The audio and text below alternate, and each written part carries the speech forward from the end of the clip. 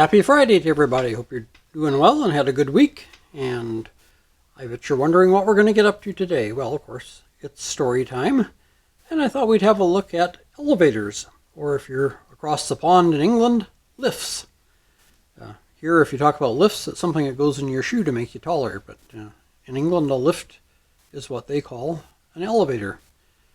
Alrighty, let's have a look at it, shall we? When Elisha Graves Otis and his sons began their elevator business in 1850, the solid brick buildings of America's cities had 4-story height limits. By the 1920s, with the widespread adoption of safe, powerful, driven lifts, skyscrapers had replaced church steeples as the hallmarks of urban design. Elevators to lift cargo have been around since the pyramidal ziggurats of ancient Iraq. In 236 BC, the Greek scientist Archimedes used his knowledge of levers to deploy beast and slave-drawn hoists. In 1743, technicians of the French King Louis XV devised a flying chair with pulleys and weights running down the royal chimney to carry his mistress, Madame de Pompadour, to and from the palace's upper floors. Elisha Otis was a descendant of American revolutionary James Otis. Born in Vermont in 1811, Elisha Otis was Yankee ingenuity incarnate. In the 1840s, as a senior mechanic in a bedstead factory in Albany, New York, he patented a railway safety brake critical to quickly and safely hauling freight in and out of factories of the Industrial Revolution. By 1852, Otis was a master mechanic at another bedstead firm in Yonkers, New York. He began tinkering with a safety lift for its warehouse, but the company went belly up. Otis was mulling a move to California's gold rush country when a furniture maker asked him to build 2 safety elevators. Fighting off chronically poor health, Otis established his own company and set to work. In 1854, Otis, looking quite distinguished in a full beard and top hat, took to a platform at the Crystal Palace Exposition in New York. A rope had pulled his newfangled hoisting apparatus high up a shaft. Its side opened to public view. With a flourish, he waved an axe towards the onlookers crowding the hall. Then, with a quick motion, Otis cleaved the rope with the axe. The onlookers gasped as the elevator began its downward plunge, only to suddenly stop after a 3-inch fall. Elisha Otis tipped his hat and proclaimed, "All safe, gentlemen, all safe." To ensure safety, Otis attached a wagon wheel's taut springs to the elevator ropes. If the rope snapped, explained Smithsonian Magazine, the ends of the steel spring would flare out, forcing 2 large latches to lock into ratchets on either side of the platform. Otis soon patented an elevator driven by a tiny steam engine, permitting retail stores and other small enterprises to purchase their own lifts. Despite the technical wizardry, Elisha Otis's commercial success and business sense were limited. 2 years after his successful demonstration, despite a follow-up exhibit at the P.T. Barnum's Traveling World Fair, sales of Otis elevators totaled less than $14,000 a year. Even if proceeds picked up, wrote Otis's son Charles, father would manage in such a way as to lose it all, going crazy over some wild fancy for the future. 5 years later, in 1861, Otis died at the age of 49 of diphtheria, leaving his 2 sons a business that was $3,200 in the hole. Charles and Norton Otis proved better businessmen and rivaled their father as technicians, making important improvements for their useful device. By 1873, Otis Brothers and Company, revenue soaring, had installed 2,000 elevators into buildings, replacing steam-driven lifts with their hydraulic elevators, which sat on steel tubes sunk into shafts below the building. An influx of water pushed the platforms up.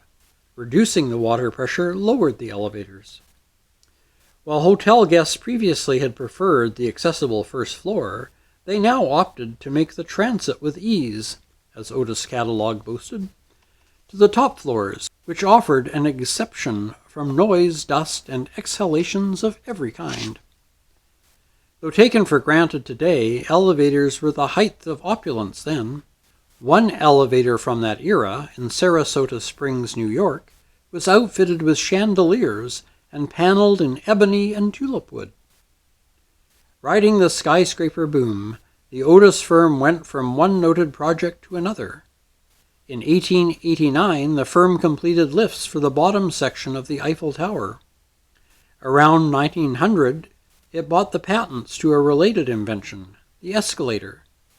In 1913, the Otis firm installed 26 electric elevators for the world's then tallest structure, New York's Woolworth Building.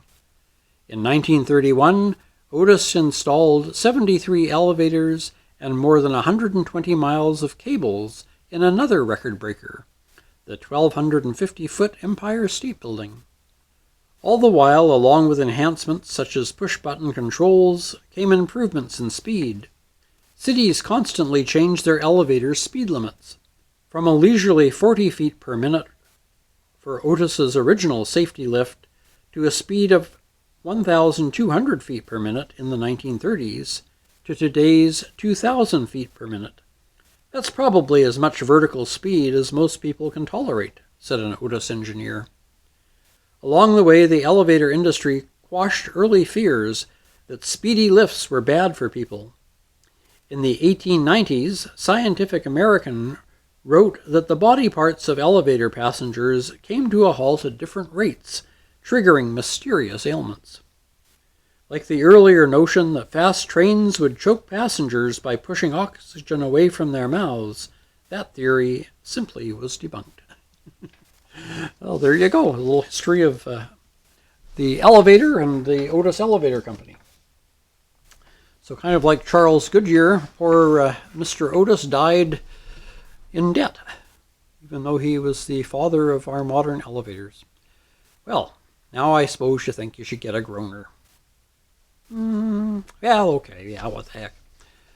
Well, there's this big game hunter in Africa that made an appointment with a psychiatrist, and at the appointed time he met with a psychiatrist, and he said, I don't want to be paying for a whole series of therapy and all that kind of stuff. I just have 2 questions for you, and I'll give you $200 to answer them. The psychiatrist said, well, that's highly unusual, but, well, all right. What's your first question? And the big game hunter said, is it possible for a man to fall in love with an elephant? The psychiatrist looked at him and shook his head. No, sir, I'm afraid it is totally impossible for a human being to truly fall in love romantically with a pachyderm. It's just not at all possible. Now, what is your second question? Well, a big game hunter kind of toyed with his hat in his lap and sheepishly kind of looked up at the psychiatrist and said, do you know anybody that would like to buy a extremely large engagement ring? There you go. Well, I hope you have a great weekend, and we'll see you on Tuesday for Tuesdays with the Pilgrim. Until then, take care, stay safe, and God bless.